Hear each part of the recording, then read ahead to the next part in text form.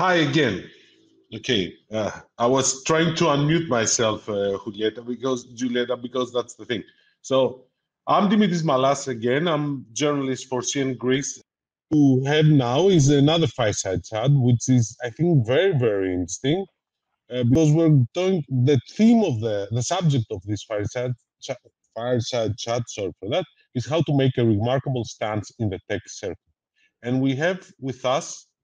I think I have to pronounce that right. It's Julieta or something else because usually I'm Julieta. messing that. Julieta. Okay, perfect with that. Julieta Del Rio, and she's head of IT sourcing North America for North America for at Ericsson. Okay, one of the largest telecom equipment, and not I think will be one of the largest tech companies in the world.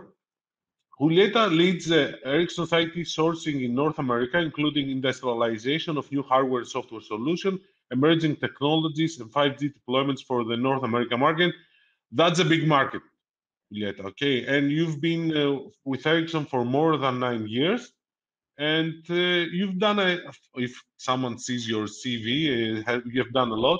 Julieta is a data-driven leader with more than 23 years of experience in telecommunications, energized by diversity and challenges, sustainable change, and adapting reality to new situations. I was reading that from your profile at the website of PLG Disrupt here, but I think everyone can understand that if you are working for Ericsson, you have such high place there. That has a lot to me.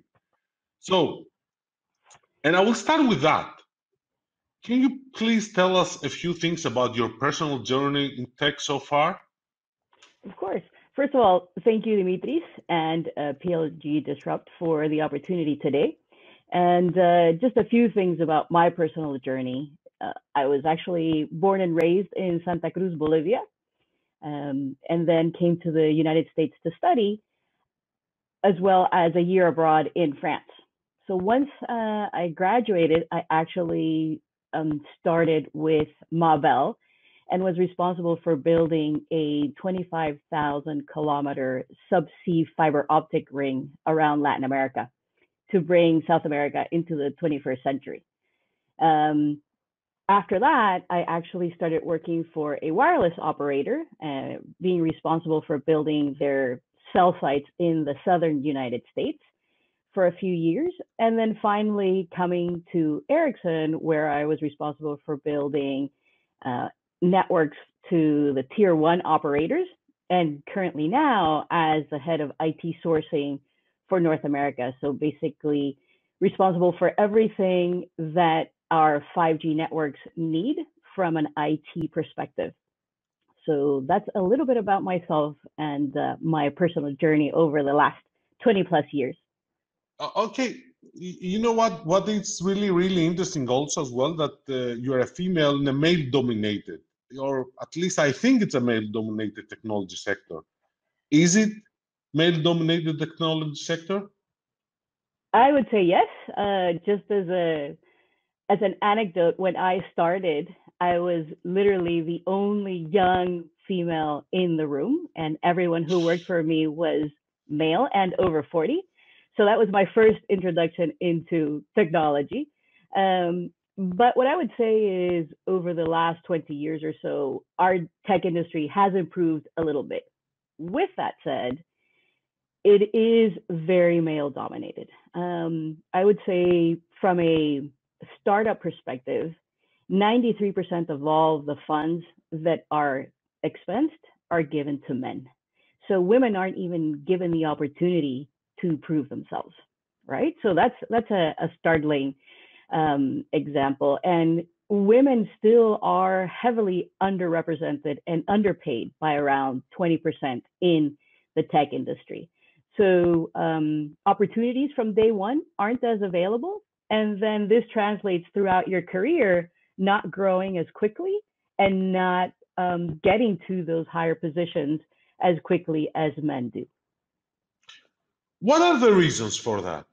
What do you believe? What do you have seen? You have been 23 years around, so I think you have more experience than me, which I'm a male, I'm a man. So Okay, Absolutely. I honestly believe that there should be more women in the technology sector in the sense that women give a different perspective sometimes and to solve the problems different than men. So that's a very unique advantage that the company, when the company has more women, it's much has a bigger advantage than other male-dominated technology companies. I really believe that. But what are the reasons for that?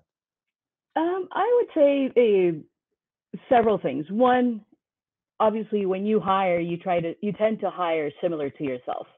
So if Yeah. the majority of the hiring managers happen to be men, then it's highly likely that that would continue. What I would also say is that one of the reasons is that women are very hesitant to consider a career in tech, even though they may be well fit and or have the great skills to be able to perform. But because there is a lack of role models, then it's harder for women to say, oh, okay, I want to go into the tech sector and I want to be in that industry, right? You also mentioned that having women at the table or in the group makes a difference. Diversity and inclusion, absolutely. The more diverse that your team is, the more ideas and different ideas that will come up. So, from our perspective, we are missing out from that talent and from the ideas that come from women if they're not included in those discussions. Okay, how we're going to change that? A few You items. said the role models. Okay, fine.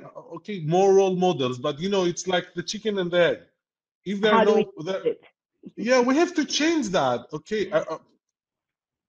Absolutely. So the first thing is we need to remove this self-doubt from young girls. So it starts at a very young age, right? And encourage them into what we call STEM courses: science, technology, engineering, math. And then reinforce that technology is a great career option and within reach for our women, and to embrace being able to get into technology. The other piece is also we need men, just like yourselves, to embrace the thought of having women and giving them the opportunity to be able to be part of their teams. So it's two things. One, starting at a very young age, how do we get women or young girls to get into and be enthused with technology? And remember, in technology companies, it's not, you don't just have to be an engineer. Myself, I'm an economist, but there are numerous organizations within a company that you could be part of within a tech company. And so making sure that our men are supportive and that they're welcoming of women as true allies that they can be, I think that that would be a really good first way for us to be able to change that. And for companies to also, I won't say force, but to encourage the hiring and promoting of women overall. Personal opinion. I'm talking about personal opinion now. Okay, fine, but I think it's not wise or it's not right, at least my personal, to force companies to hire more women. It's much better to encourage them, okay, Absolutely. and to convince them that it's much better. For example, myself as a father, because you said something about young girls. Okay, I have a 17-year-old daughter. I've mentioned about her before in another panel discussion, but I remember that 5 years, 6 years ago, I encouraged her to try and start, learning how to code. Okay, and what I said to her is that you don't need you have to learn how to code, not just because to be a developer, but because you have to understand coding in order to progress in the future and to have a career development. You need to know coding. That's something. Okay, so I believe that that's something that also it's more a social issue as well, besides encouraging and bringing motives. We have to change our how we're behaving about that. Okay, Uh, so yeah. No, absolutely. I was just going to chime into what you're saying and add on to that, where we need to encourage our young girls that tech is fun, right? How do we continue, say, in the sixth grade, seventh grade, eighth grade, to get into tech? Because generally, girls are really good at math and they're Yeah, very good at science. And then all of a sudden, well, math is no longer cool. And so we move into other um, eh, subjects in school, right? And it's how do we change that? I think that that's the most important piece. yeah, and you mentioned also role models, which I also believe that it's very, very important. And I want to ask about that. In order to have role models, women, female role models, what are you proposing to women who want to stand out in the tech sector and besides have a really good career or making their own companies or whatever, becoming also role models for the young girls or for other women in order, to move on and to embrace tech and be part of the tech sector? Okay, because Absolutely. that's also a problem. Okay, sometimes you don't find enough women, even if you're a tech company. Now I'm becoming, devil's advocate, but sometimes even if you want to have, okay, I want to hire my 30-40% of my people to be women, to my employees, but I cannot find it more women. Perhaps that's also a problem sometimes. Okay, so what are you proposing to them to stand out? Yeah. So standing out in the tech sector, of course, is a big challenge, right? So for some advice for women and things that I have done in the past personally is to take on challenging assignments that are outside of your comfort zone, right? So volunteer for when there's a new project, or recommend to your manager to be taken into consideration for some of these important projects that are coming up. You mentioned mentoring. I would say for us women, it is super important for us to become mentors of the young ladies that are coming up in the ranks. Not only being mentors, but I think another piece that is super important is being a sponsor, because you need sponsors to be able to talk about you or recommend you to others within your organization or within your network, right? So I think that that is very important. And the other advice that I would say, like you mentioned to your young daughter, to learn how to code. For us, it's make sure that you continuously learn and continuously stay on top of what is going on in this industry and keeping up to date, especially because everything is changing so rapidly. Keeping up and learning and understanding and knowing what's going on around your industry is super, super important. So yeah, but that's also something that applies to men as well, because Absolutely. we also have to upskill ourselves and be, it's not just women about that. Okay, it's everybody at this point. We're talking that in a previous panel about career development, and we're talking that you always need to upskill. So that's also the same thing for all people, Correct. at least in my personal opinion. But you're right also. So mentoring and becoming an okay and become Mentoring okay. and sponsoring, right? I think that the sponsoring piece is also very important. To have someone who will vouch for you, speak for you, and recommend you. Because at higher levels, let's say when leaders are talking, hey, I have this project, I'm looking for someone who might be very good. Do you know of someone? Sponsor a lady or recommend them for that potential opportunity. If she can do it, why not? Absolutely. That's my opinion as well. Okay, if she can do it, doesn't matter if you're a female or a male. Yes. Someone has to do the job. Okay, doesn't matter the sex in that sense. Anyway, but at Ericsson, you're in a, you do a lot of things that being in an organization that embraces the women in tech movement. What would you suggest to companies that need to create a program to actively support female executives? What companies should do? So two things, and I'll speak specifically to what we do here at Ericsson. I actually happen to be the co-chair of Women of Ericsson Employee Resource Group, and so this is an organization, all volunteers, where we work on hiring, promoting, growing, and retaining women. How? Through educational sessions, through networking, also showcasing our women talent, not only inside of the company, but outside of the company, and doing what we call our signature series events, where we invite an executive leader, a woman executive leader, into a panel, and we have a candid conversation for about an hour, where we invite all of our ERG members, which are around like 850 right now, to come and listen and get some great advice and tips as to what they could do. And this is a really great way to showcase, one, our women, two, look at someone that has been able to grow within the company and see yourself as a potential, that's something that I could do when I grow up. So we're trying to show our role models overall. So one of the things, as you mentioned, what can companies do? These, even if it's a grassroots initiative, as a women organization or a women group, you don't need a lot of funds. You can get together, you can have great conversations, great topics, and just starting a group where women can actually talk to each other about similar experiences that they have had. How do you deal with difficult situations that may happen at the workplace?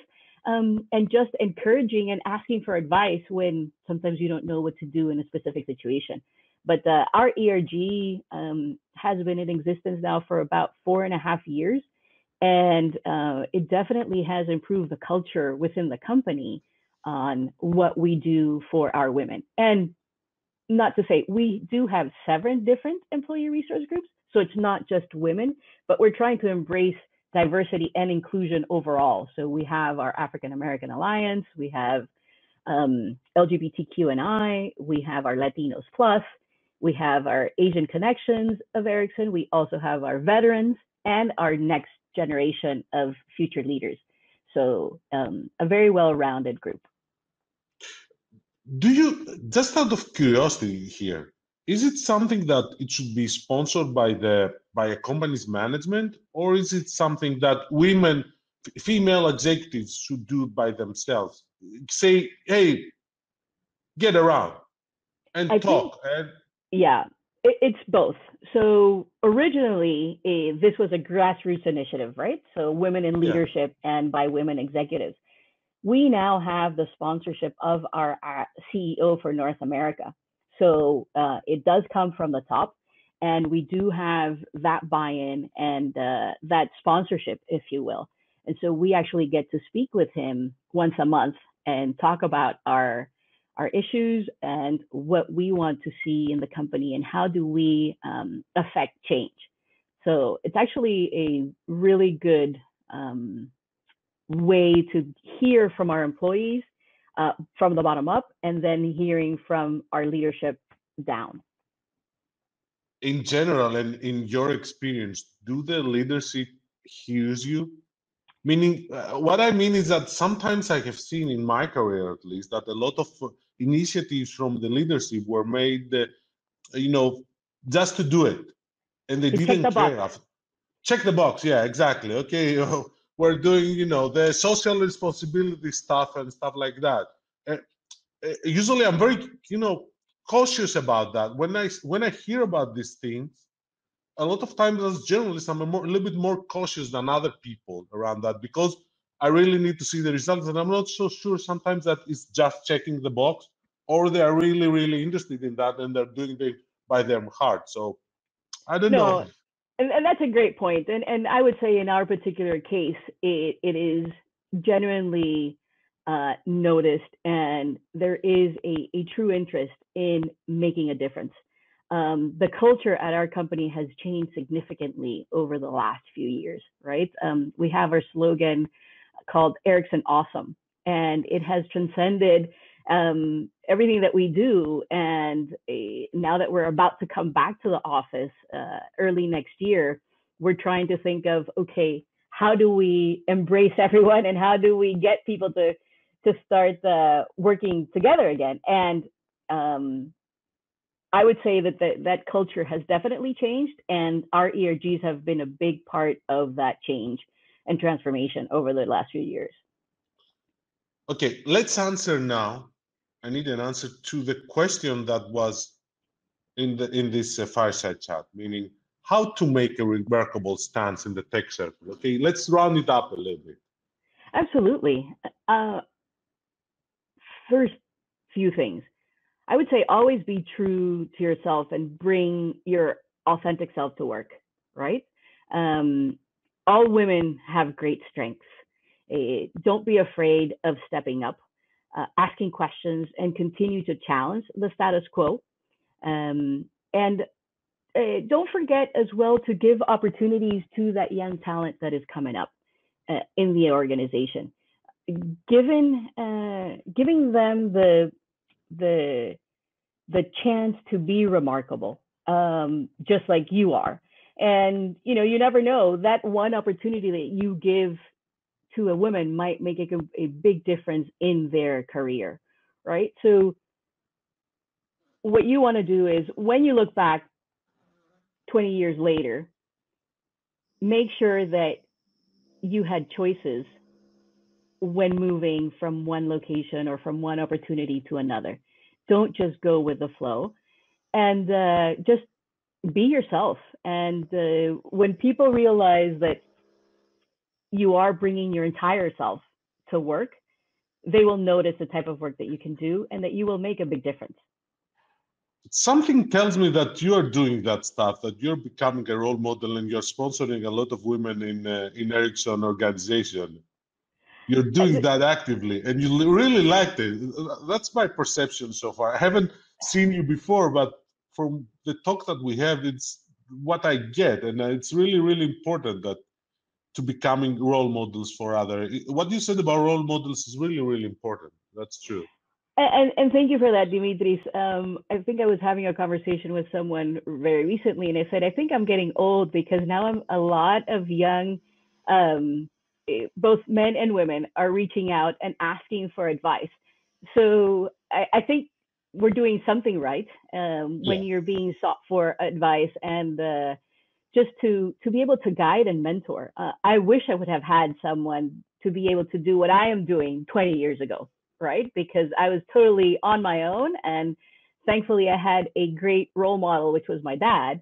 And he was the person that I would go and ask and seek advice every time I was in a hard place. But here I am, still doing okay. Okay, Julieta, thanks very much. That was a really, really interesting conversation. And continue your work and what you're doing as a role model. I really, really believe that we need more women in the tech sector. Okay, I really, really believe that. Sometimes you women have a different approach, and sometimes it's really more interesting than that stuff. Thanks very much. Well, thank you, Dimitris, and thank you, PLG, for your support, and good luck with the rest of the sessions. Thanks very much. Okay, and thanks everybody for listening to us. I hope it was a nice discussion. I really enjoyed it. Julieta, I think, enjoyed it too, so thanks very much. Thank you so much.